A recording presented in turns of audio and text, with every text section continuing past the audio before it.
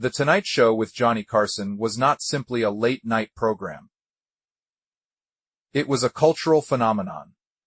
For 3 decades it captivated audiences and cemented Johnny Carson as one of the most significant figures in the history of American television. List performers, like Joan Rivers and Wayne Newton, graced that famous stage, delivering moments that kept viewers returning night after night.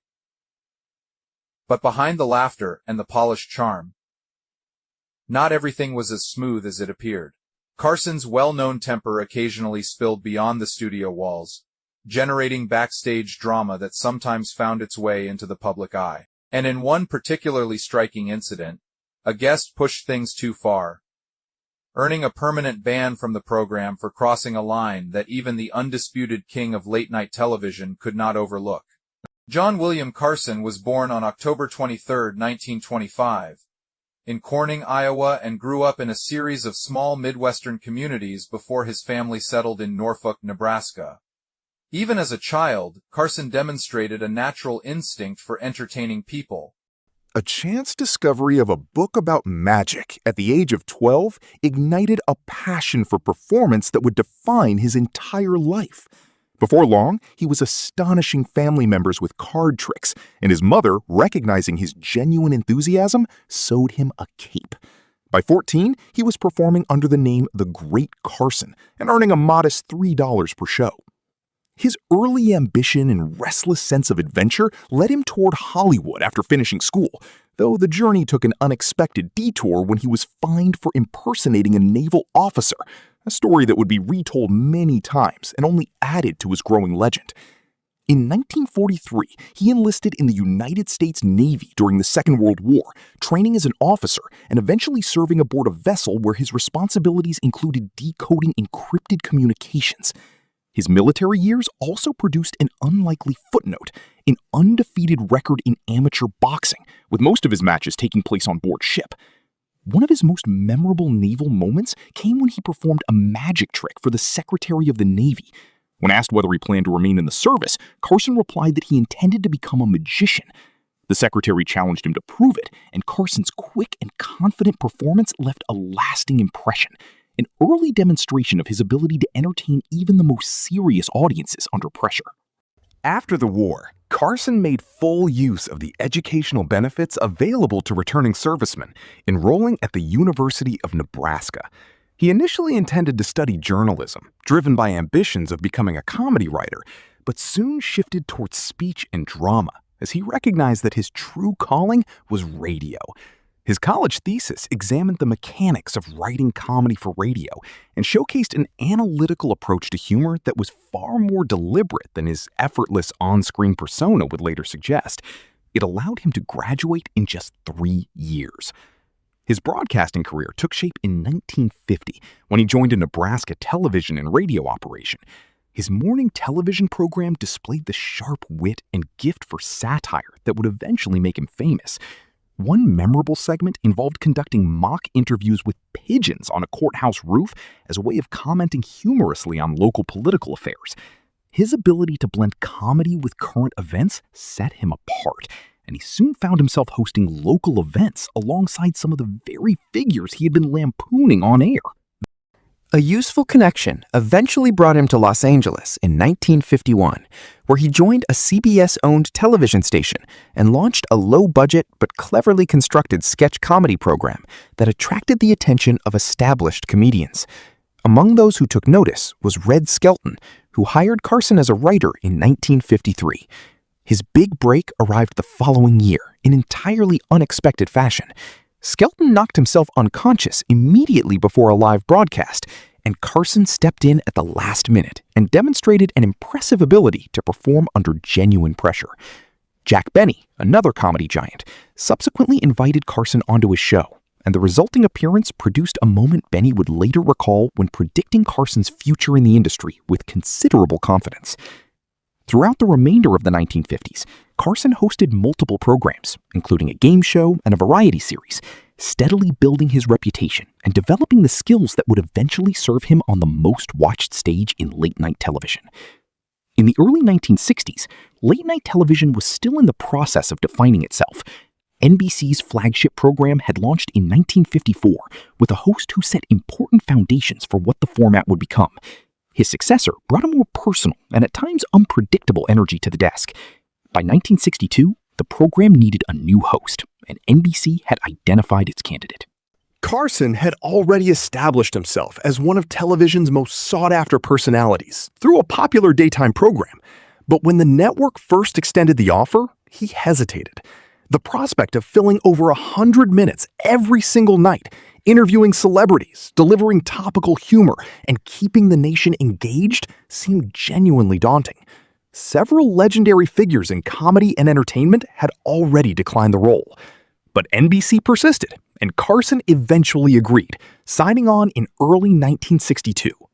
Because he still had months remaining on a contract with another network, a rotating group of guest hosts kept the program running until Carson made his long-awaited debut on October 1st, 1962. The first year was not without its difficulties. Carson had genuine doubts about his ability to carry the show consistently, and it took time for him to settle into the role and begin reshaping it in his own image. But as he found his footing, he began redefining what late-night television could be, blending wit and warmth with a remarkable ability to bring out the best in almost anyone who sat across from him.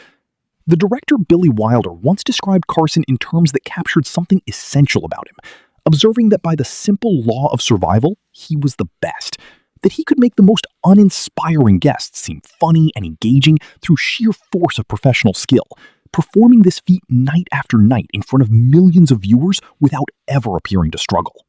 When Carson took over the program, he brought a structure and a set of recurring elements that would remain largely unchanged for 3 decades.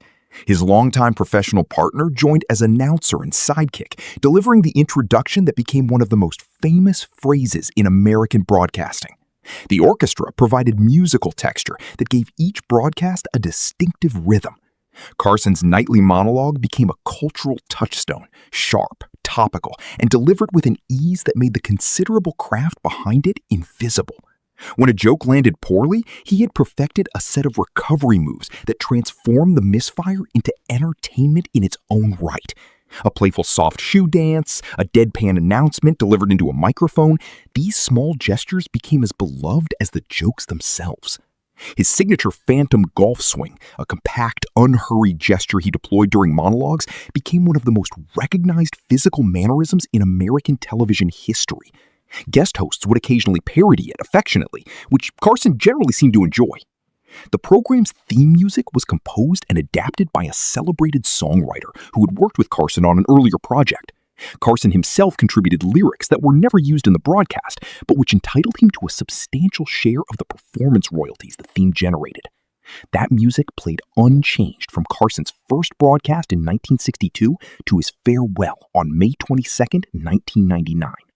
Originally produced at NBC's famous New York headquarters, the program relocated to Burbank, California in May 1972. A move that placed it closer to the heart of the film industry and made it considerably easier to attract the most prominent celebrity guests. As Carson's influence and leverage grew, so did his control over every aspect of the format. By 1980, he had reduced his hosting commitment to 4 nights per week, with Mondays going to a rotating roster of guest hosts. By the late 1970s, the program Carson fronted had become something far larger than a television show. It was a cornerstone of American popular culture, and Carson's influence over comedy, celebrity, and broadcasting was felt everywhere. His power to launch careers was extraordinary. An appearance on that stage could change a performer's trajectory overnight. But that same power could, when exercised in the opposite direction, be equally devastating. In April 1979, after 17 years as the face of the program, Carson announced his intention to leave, sending shockwaves through the industry. The show was at that point generating an estimated 17% of the network's pre-tax profits. His value to NBC prompted rapid negotiations, and by May 1980, he had agreed to a new arrangement that trimmed the program's running time and further reduced his hosting schedule. Yet even with these adjustments, Carson remained the dominant figure in American late-night television without serious competition. Joan Rivers had been a fixture of the program for years before the relationship collapsed. She was not simply a guest, she was one of the most frequent guest hosts the show had ever featured, and she credited Carson openly with being central to her rise to stardom. Their chemistry on screen was genuine, and their rapport appeared warm and mutually respectful. But in 1986, Rivers accepted a late-night hosting offer from a rival network without informing Carson first. When he found out, the response was immediate and final. She was banned from the program, and Carson made clear that anyone who appeared on her competing show would find themselves unwelcome on his. The ban lasted until a subsequent host lifted it nearly 3 decades later, long after Carson's death in 2005. Rivers later acknowledged that she attempted to restore the friendship, but Carson never spoke to her again. Rich Little, the celebrated impressionist, provides another example of how quickly a person could fall out of favor.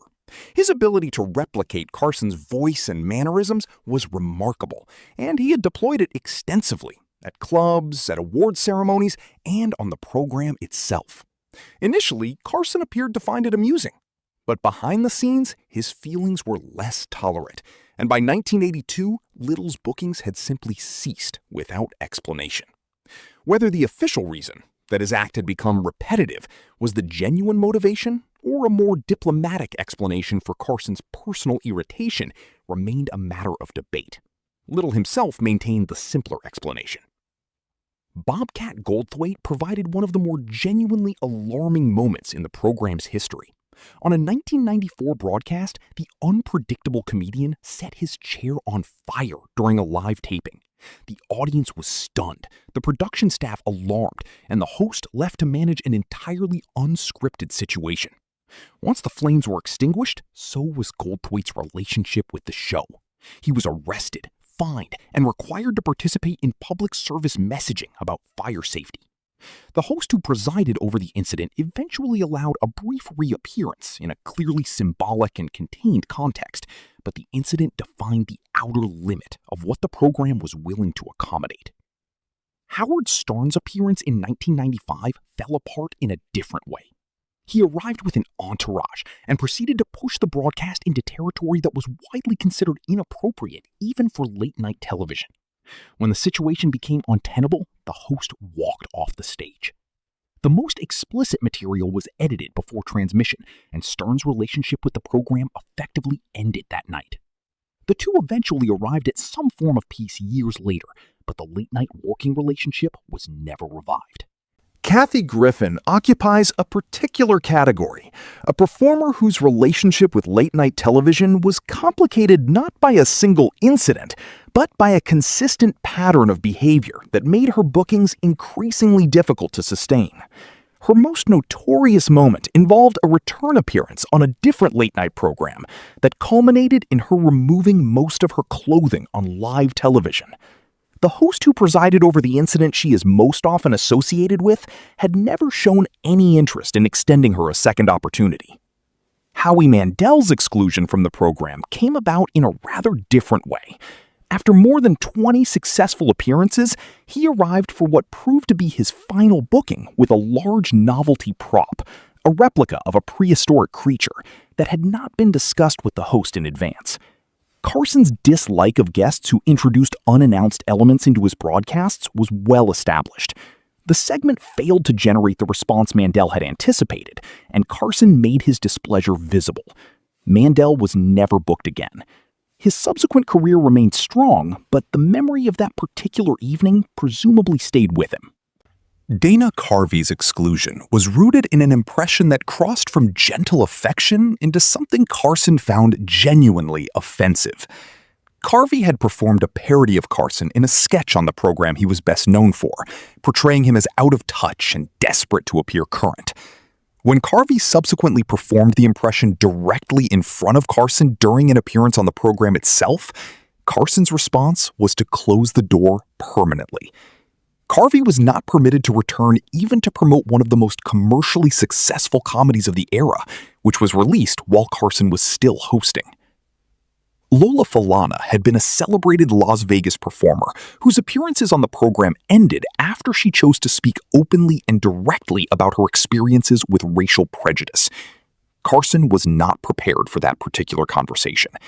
The audience became uncomfortable, and the dynamic of the broadcast shifted in ways that Carson found undesirable. She was not invited back, a situation that was further complicated by her professional connection to a Las Vegas venue that had become associated with one of Carson's most prominent personal feuds. Wayne Newton's situation deserves particular attention because of the intensity and duration of the falling out it produced. He had appeared on the program on approximately 30 occasions, making him among the most frequent guests in the show's history, and those appearances had contributed meaningfully to his public profile and commercial success. The rupture came in 1980, when Newton outbid Carson in a competition to acquire a prominent Las Vegas hotel. From that point forward, Carson's references to Newton in his monologues acquired a sharper edge.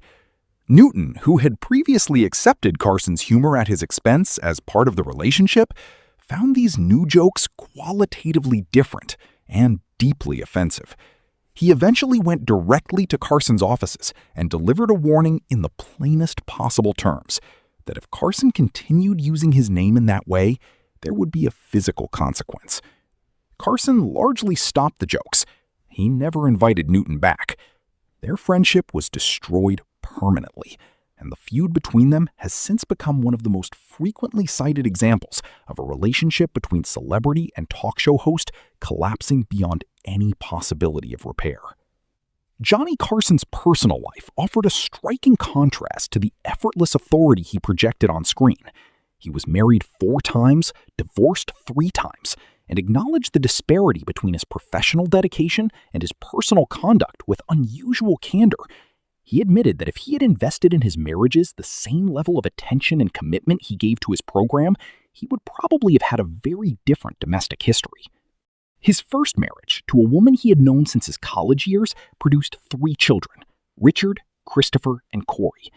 But behind the appearance of domestic normality, the relationship was marked by alcohol-related conflict, deepening resentment, and prolonged periods of emotional disconnection. By the time Carson assumed hosting duties on the program in 1962, the marriage was already beyond recovery. The divorce was finalized the following year. His relationship with his eldest son, Rick, was especially troubled. Rick struggled with mental illness at a time when such difficulties were rarely acknowledged openly, let alone addressed with appropriate support. Rather than offering the kind of consistent parental presence his son needed, Carson reportedly distanced himself, including during periods when Rick was receiving institutional care. Their most publicly witnessed confrontation occurred at a celebration of Carson's 25th anniversary on the program, held on board the Queen Mary. Rick arrived in a distressed condition, and Carson's response was explosive. Witnesses described a scene of considerable intensity. Their relationship never fully recovered from the accumulated weight of years of emotional distance and mishandled conflict. Rick Carson died in a car accident in 1991, and while Johnny dedicated a monologue to his memory, the fundamental brokenness of the father-son relationship had been established long before. His second marriage, to a woman he met while hosting the game show he had worked on before taking over the Tonight program, was formalized in 1963 and ended in 1972. The dissolution of the marriage was influenced by an affair his wife conducted with a prominent professional athlete, a disclosure that affected Carson deeply and personally. According to his former lawyer, who later wrote a detailed account of his years working with Carson, Johnny's response to the suspected infidelity was neither calm nor rational. He allegedly armed himself before setting out to gather evidence of what his wife was doing, and he was so emotionally destabilized by the situation that he openly wept in front of his lawyer, who then found himself drawn into the investigation as a result. The confirmed evidence of the affair sent Carson into a period of considerable personal disorder, with his longtime on-air partner reportedly accompanying him through a sustained period of alcohol-fueled distress. The athlete who had been involved with Carson's wife was asked about the affair decades later by his own spouse during a public interview. His response, that he did not remember, was widely noted. He had by that point been diagnosed with a degenerative neurological condition, leaving the full truth of the matter permanently inaccessible.